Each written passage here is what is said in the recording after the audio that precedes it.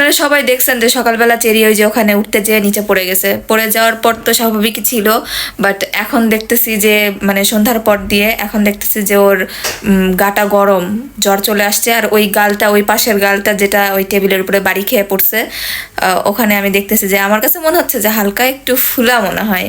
তো আমি ওই জন্য গরম পানির একটু সেঁক দিব ওকে, যাতে ওর ব্যথা থাকলে ব্যথাটা কমে।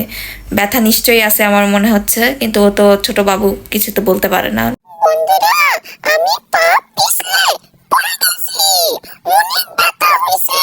আমি চুলায় পানি গরম করে নিচ্ছি, কাপড় দিয়ে চেরির গায়ে একটু গরম পানির সেঁক দিব।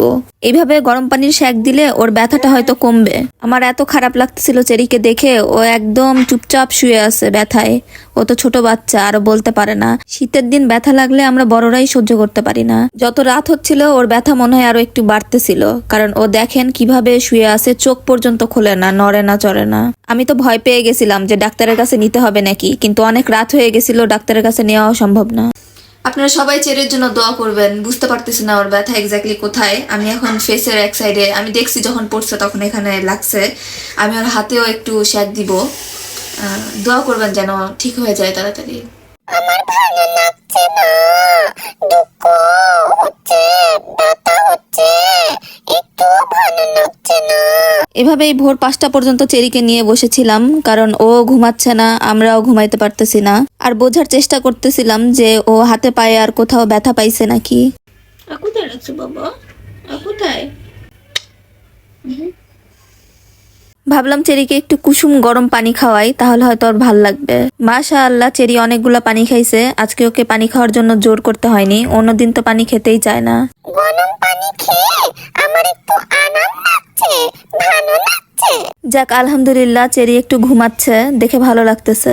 মাম্মা উঠো, ঘুম থেকে উঠো, উঠবে না, সকাল হয়ে গেছে তো, উঠো। তুমি কখন উঠছো চেরি? এক্ষুনি উঠলাম, আমার সিসি আসছে, সিসি করতে যাবো, মশারি তুলে দাও। আচ্ছা যাও, সিসি করতে যাও, আস্তে আস্তে যাবে, আস্তে। বন্ধুরা দেখো, নানুমণি আমার জন্য ক্যাট ফুড নিয়ে আসছে, আমার অনেক পছন্দ। আমি এখন ক্যাট ফুড খাবো, কি মজা।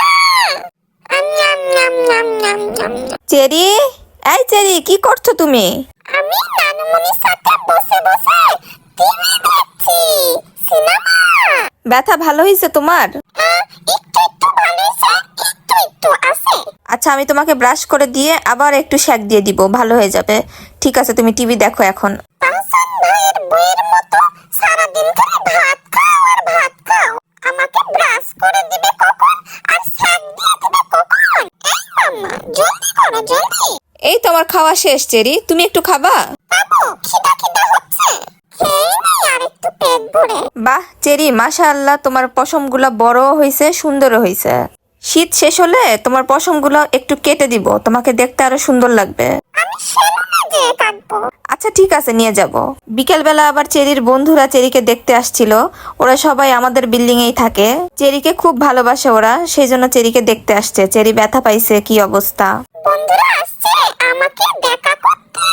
ওই দেখেন, ব্যথা একটু কমছে আর ওর দুষ্টামি শুরু হয়ে গেছে। কার মধ্যে যে লুকে আছে দেখেন। টুকি, মাম্মা টুকি। কই রে চেরি, কই রে, দেখতে পাচ্ছি না।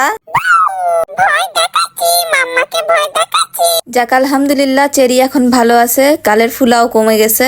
এখন ঘুমাও যাই। বন্ধুরা তোমরাও ঘুমাও, গুড নাইট।